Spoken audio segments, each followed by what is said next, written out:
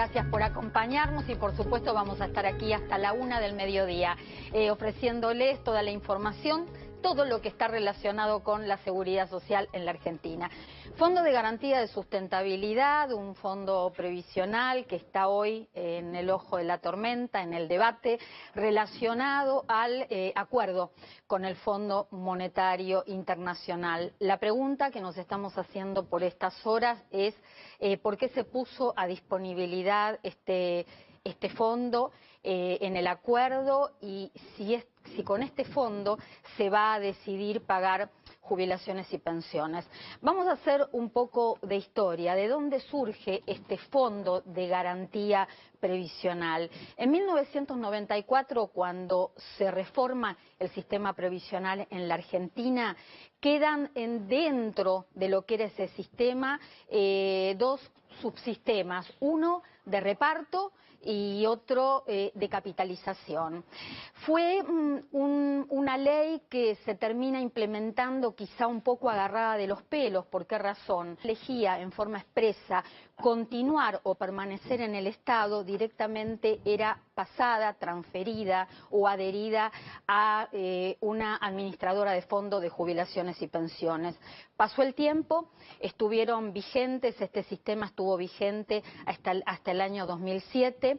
El sistema de capitalización no resultó como lo había vendido Domingo Cavallo en un contexto de Estado parlamentario, cuando esta reforma se discutía en el Congreso. No resultó el oasis que había prometido y simplemente terminó siendo un resultado para que cerrara su modelo económico. La cuestión es comisiones altísimas, rentabilidad que no estaban beneficiando a la gente, y el gobierno anterior de Cristina decide en el año 2008 la eliminación del sistema de capitalización. Esto le da paso al SIPA.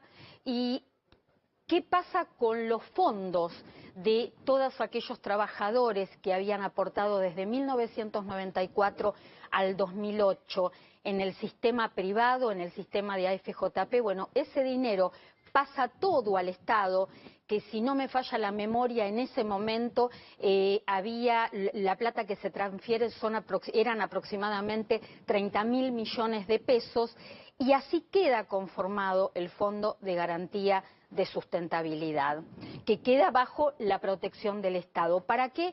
Para cualquier contingencia que pudiera surgir y que tuviera que ver con las prestaciones previsionales.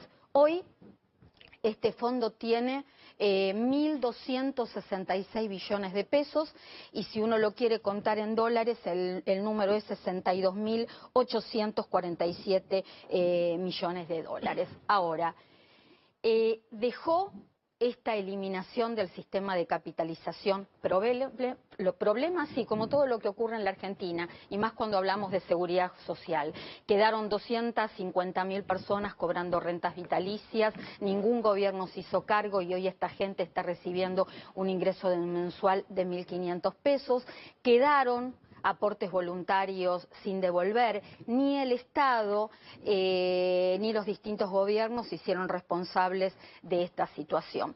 De alguna manera, con esto, más allá de que hoy el Fondo de Garantía de Sustentabilidad está en el ojo de la tormenta, lo que les quiero demostrar es que esto es un ejemplo más de lo que pasa en la Argentina con la historia previsional. No se trabaja sobre, o nunca se ha trabajado sobre, un plan estratégico para poder crear un sistema sustentable que pueda afrontar las desavenencias y los desequilibrios de la economía. Para hablar de los alcances del fondo, de reforma previsional, si el ajuste va a pasar por la seguridad social, y para hablar también de este fondo de garantía de sustentabilidad, si será para pagar jubilaciones y pensiones, nos acompaña Hernán Lecher, quien es economista, gracias por venir, economista del Centro de Estudios de Política Argentina, Gustavo Beberaggi, quien es secretario general de la coordinadora que agrupa a las cajas de profesionales de previsión, a todas las cajas de profesionales de previsión de la República Argentina, y al doctor Eugenio Semino, titular de la Tercera Edad de la ciudad de Buenos Aires. Un incidente, ¿no? Gracias por venir. Hernán, comienzo con vos. Se viene diciendo permanentemente desde hace años, déficit fiscal, este tema de que gastamos más de lo que tenemos. Entonces, ¿por qué un poquito no nos explicás, antes de entrar en sí al tema de los alcances del fondo, qué dinero ingresa en la Argentina? ¿En concepto de qué? Bueno, en realidad en la estructura impositiva que vos tenés, mayoritariamente el peso recae sobre el IVA, que es un impuesto básicamente al consumo. Tenés una parte importante relacionada con el impuesto a las ganancias y después el resto está repartido. Tenés a esta altura un poco menos del 8% debe ser los derechos de exportación, tenés el impuesto a los débitos y créditos. Bueno, una conjunción de impuestos diversos, pero básicamente recae sobre estos dos impuestos. Ahora, lo que ha sucedido, está bien lo que vos me preguntás en relación a la cuestión del déficit, porque... A ver, cuando uno piensa en el déficit es la resta entre ingresos y gastos. Claro. Es decir, hay dos variables, no hay una sola. Y en general uno tiende a mirar solo el gasto, que es lo que está sucediendo en estos momentos, y a pasar a un segundo plano la cuestión o el debate respecto de la recaudación. Digo esto porque el Estado argentino ha perdido en términos de recaudación una parte importante en los últimos 2 años. Paso revista respecto de lo que tiene que ver con los derechos de exportación en particular, la reducción de lo que se llaman retenciones. Pero además, desde diciembre del año pasado se votó la reducción de contribuciones patronales. Esto va directo al sistema de seguridad social. Claro.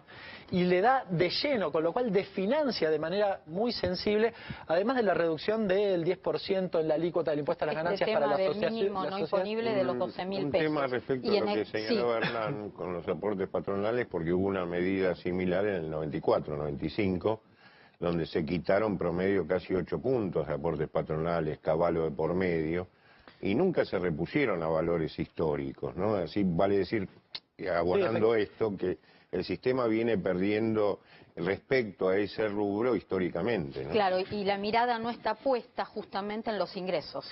Y es que además en este tema en particular de las contribuciones patronales es muy válida la similitud. En aquel momento metodológicamente se hizo distinto, se redujo directamente la alícuota de las contribuciones y chau, y ahora se hace con un mínimo no imponible que va hasta 12.000 pesos actualizado por inflación, y yo lo descuento del salario que pago y sobre esa parte no pago contribuciones. Ahora, esto ni siquiera se hizo de manera segmentada, porque alguno me puede decir, bueno, pero quizás favorece a la generación de empleo de las pymes. Las pymes ya tenían contribuciones patronales con alícuotas diferenciales. Lo tenían desde el 2014, la ley de 2014. Con lo cual, el gran beneficio, y además donde se concentra, digamos, el beneficio de la reducción de las contribuciones, es en las empresas más grandes. Y en general, empresas que no les ha ido mal, digamos, las multinacionales. No quiero poner nombre, pero en general las multinacionales en la Argentina, que les reducimos alguna de las telefónicas, por ejemplo, que tienen en promedio 10.000 trabajadores, les vamos a transferir o a perdonar 500.000 millones de pesos.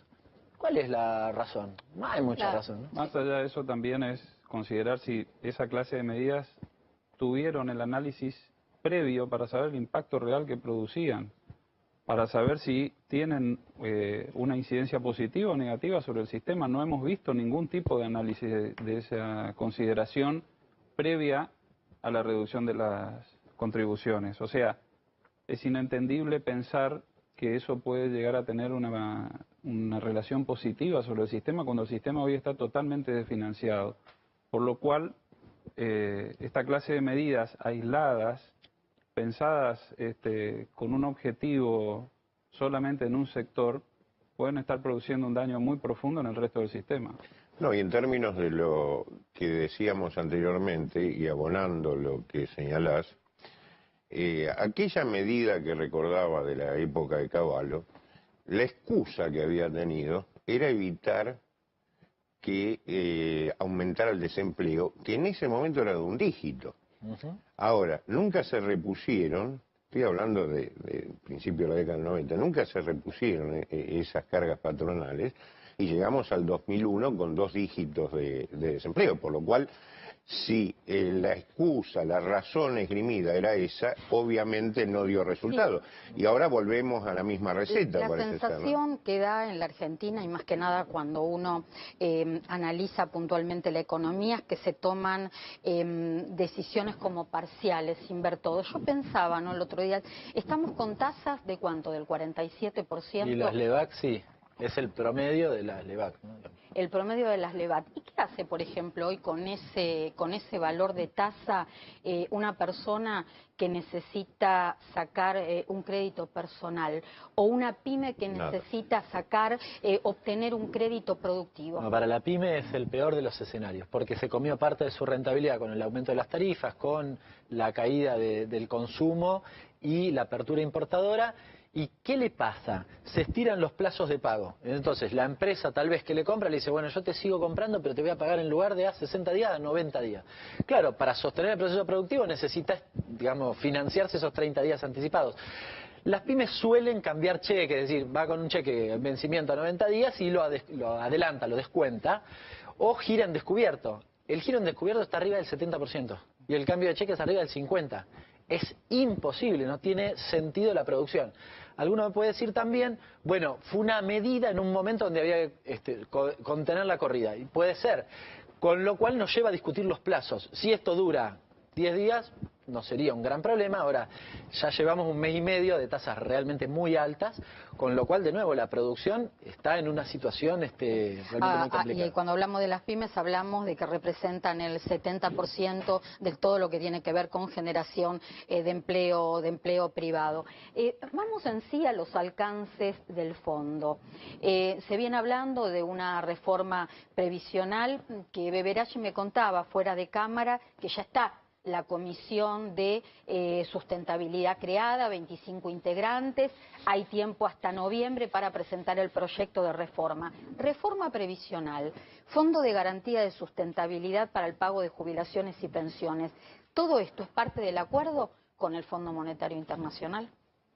No hemos conocido el acuerdo, yo estoy regresando de un viaje al exterior, todavía no cuento con esa información, no nos han informado, pero obviamente que todo está siendo parte de algo, porque el esquema de sustentabilidad es el que urge hoy a resolver, y resolver en medidas como las que estamos planteando, entendemos que no es el camino. Creo que acá lo que desde el principio se había establecido era que había que aumentar la producción y el nivel de trabajo, no reducirlo, y las medidas aisladas no están siendo, como dije anteriormente, parte de un esquema que visualicemos como una estrategia como para mejorar las condiciones económicas. Vos planteabas recién el problema de las pymes, yo te puedo plantear el problema de los profesionales como trabajadores independientes, que estamos también totalmente inmersos dentro de un esquema de manejo más pensado en la producción, más pensado en el esquema financiero que en la producción. Por lo cual, insertarnos dentro de un esquema productivo hoy es muy difícil. También nos impactan todas estas relaciones, el manejo a través de cuentas en bancos o el tema de los cheques en descubierto. Además, nos impactan directamente. Somos una masa productiva dentro del país y estamos en un problema lo suficientemente grande como para que sea atendido y visualizado, pero que este tipo de medidas, como decía aquí el economista, pensado para empresas que quizás están dentro de un nivel de ingresos muy grande, no se entiende desde el resto de la sociedad, no son comprendidos. Sí, yo creo que sin lugar a dudas, y acompañando lo que acá se decía, en realidad tengo la impresión y la convicción que el fondo en realidad no pide nada distinto a lo que planteaba a principios de los 90, por lo menos así eran los documentos de la época, éramos muy poquitos los que nos opusimos a la privatización en ese sistema. Dentro del sistema político hubo conductas erráticas de grupos y de personas, alguna vez fueron privatistas, estatistas, es decir, antifondo, profondo, ¿no? Es decir, pero al margen de la anécdota, lo cierto es que esa conducta errática no puede generar consecuencias saludables en un sistema de seguridad social, que siempre hay que tener en visión lo que lo necesario para sostenerlo, lo que hay que recaudar, cómo evoluciona la pirámide demográfica, cómo se relaciona esto con el empleo. Y me parece que volvemos, y en razón de esto, a ver cómo cierra las cuentas, a ver cómo sacamos de acá. La seguridad social fue tentadora para todos los gobiernos, porque es recaudación, es plata fresca, claro. Así la liquidaron, así la liquidaron, y me parece que estas discusiones que hoy se están planteando, la reforma planteada por el fondo, que vamos a conocer su texto cuando se haga público el documento, ya se hizo y se estructuró conceptualmente con las medidas del 27 de diciembre, con las medidas del 27 de diciembre, cuando se separaron los tres pilares, los contributivos plenos, los no contributivos, que es el sector que más va a ampliarse y que por otra parte le cambió el concepto, la naturaleza jurídica del derecho previsional, y un sector donde van a llegar los securities y demás, que es para quienes ganan bien y es lo que le interesa financieramente. Hernán, el acuerdo con el fondo es de 50.000 millones de dólares, que en estos días llega al 30% de... Acaba de llegar el día de ayer 15.000 millones de dólares, 14.700. Lo demás, el resto, va a ir llegando en forma parcial. ¿Sujeto a qué? ¿Condicionado a qué? Bueno, se supone que hay revisiones trimestrales y básicamente el Fondo Monetario pretende revisar dos o tres cositas. En primer lugar, la inflación. Segundo lugar, la intervención que tenga el Banco Central respecto de la economía. Es decir, si interviene básicamente en la cuestión de la cotización del dólar y sobre todo la cuestión del ajuste. Digamos, si logran cumplir con las metas del ajuste, que era 3,2 en la Argentina el déficit fiscal previsto para este año, y el compromiso es que sea del 2,7, 1,3 para el año próximo y 0 para el 2020.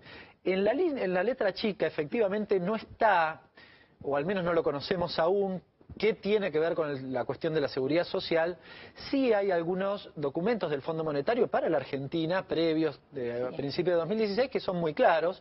Uno era el cambio de la movilidad jubilatoria, que ya se hizo. El otro era el haber inicial, reducirlo de pagarte por cada año trabajado de 1,5 a 1,1, con lo cual pasar de 45 a 33. El aumento en la edad de las mujeres. El aumento de la edad jubilatoria y la separación justamente de lo contributivo con lo no contributivo. Para mí, digamos, pensando luego en que tengan movilidades distintas una cosa de la otra. Sin lugar a dudas. De todos modos, yo creo que esto se va a ir perfilando, delineando, o al menos va a quedar determinado cuando se presente en el Congreso el presupuesto para el año 2019. Ahí va a quedar un poco más claro qué inversión en cuanto al tema de gastos va a quedar en cada área. A mí me preocupa una cosa adicional que tiene que ver con el marco más económico general. A ver, un sistema de seguridad social funciona en la medida, lo decía un poco él, en la medida que crece el empleo y crece la registración, porque son los dos conceptos que te facilitan la cuestión de la seguridad social. Ninguno puede imaginar que va a crecer el empleo en los próximos tiempos. Es más, a esta altura del partido estamos, en términos de empleo registrado, que es finalmente el que me interesa para considerar la seguridad social, el mismo nivel es que de diciembre de 2015, habiendo pasado 2 años, ya creció la población, estoy en el mismo nivel. Lo que se creó es monotributismo, que básicamente para el sistema de seguridad social no aporta nada, y el ajuste que viene hace presumir más bien que va a haber una retracción en el empleo. La otra apuesta que hace el gobierno es al blanqueo de lo que tiene que ver con la seguridad social, que dice, bueno, reducimos las contribuciones, pero va a haber gente que blanquee. Para mí tiene un error de diagnóstico respecto de qué es lo que no está registrado hoy en la Argentina. Primero, porque además recorren un camino de desregulación o de poco control respecto de los grandes que pueden evadir, pero que es una partecita. La otra parte, y una parte importante del empleo no registrado, vinculada a unidades productivas no registradas, que en realidad es un problema económico y que no está abordado segmentadamente. Esto es lo que les preocupa a ustedes, lo que acaba de decir Hernán es lo que les preocupa a ustedes. Pero aparte es un problema de falta de visualización de la situación laboral y de lo que ha ido cambiando el ejercicio laboral en muchos aspectos por la globalización, por los esquemas personales de que hoy ya prácticamente no existe lo que veíamos en generaciones anteriores de una persona que vive trabajando toda su vida previsional dentro de una misma empresa. Hoy eso va pasando a un esquema de freelance o de trabajador independiente cuasi neto con servicios hacia empresas. O O sea, todo esto, que yo estoy seguro que desde las áreas técnicas se visualiza, no se traduce en acciones y en medidas de gobierno. Aclarando una cuestión principal aquí, Clara, hay condiciones y hay muy buenos técnicos para desarrollar un proyecto de seguridad social específico para la Argentina que podría producir un resultado equitativo y positivo para toda la sociedad. Si me Tengo permitís, que ir Clara, cerrando, una sí. propuesta en razón de esto. Me parece que no valen los debates cerrados. Esto hay que hacerlo de cara a la sociedad. Creo que hay múltiples opiniones, múltiples opciones, porque así se ha hecho en el mundo y me tocó participar en otros países en este tipo de debates. Mientras se quiera hacer en un cenáculo cerrado, que no nos enteremos, medidas traídas de los pelos y demás, la crisis se va a aumentar, y reconociendo que estamos ya en una profunda crisis porque tenemos 5 millones de jubilados que no pueden cubrir el 40% de sus necesidades básicas. Por lo cual, abrir esta discusión no es un problema de un sector, no es un problema tampoco, y esto quiero aclararlo, de hacer terrorismo verbal en términos de qué va a pasar, qué no va a pasar y demás, porque quienes trabajamos en atención directa al jubilado, después nos encontramos con la angustia de las cosas que se dicen y demás. Me parece que cuando lo hacemos abierto, cuando lo hacemos de cara a la sociedad, y este es el desafío, porque es un gobierno que habla permanentemente de diálogo y demás, el diálogo no es monólogo con interrupciones, es abrirlo, es cuestionarlo y es entre todos encontrar una solución. Hernán, lo último, y esto referido a temas económicos. Hay una frase que me quedó del día que dan conferencia de prensa Duhovne, el ministro Duhovne, con Federico Sturzenegger, el presidente saliente del Banco Central, que presentaron algunos lineamientos acerca del fondo, y dijo una frase que se puede proteger a los vulnerables aún acordando con organismos internacionales. ¿Esto es posible en términos económicos? Lamento decirle a los jubilados que no están incluidos en esa cláusula. En realidad hacían referencia a una cláusula, efectivamente, que en el marco del acuerdo, que es una cláusula que supuestamente garantiza no tocar algunas cuestiones o algunos gastos sociales, pero se acota exclusivamente a la AUH, a la asignación universal por hijo, y a la asignación universal por embarazo. Es decir, todo lo demás no está incluido, lamentablemente, en ese paquete. Yo igual descreo, hablan de 13.500 millones de pesos, descreo que efectivamente lo implementen, pero de todas formas ni siquiera incluye esto que es básicamente el grueso, que tiene que ver con las jubilaciones, las pensiones y todo el mundo de lo no contributivo. Inclusive, Hernán, estamos ante una medida de fuerza de las centrales de trabajadores y el tema jubilado no está presente en la reclamo. No, no está en las agendas. Bueno, gracias por habernos acompañado. Gracias, Hernán. Tenemos que hablar de reparación histórica. Sí.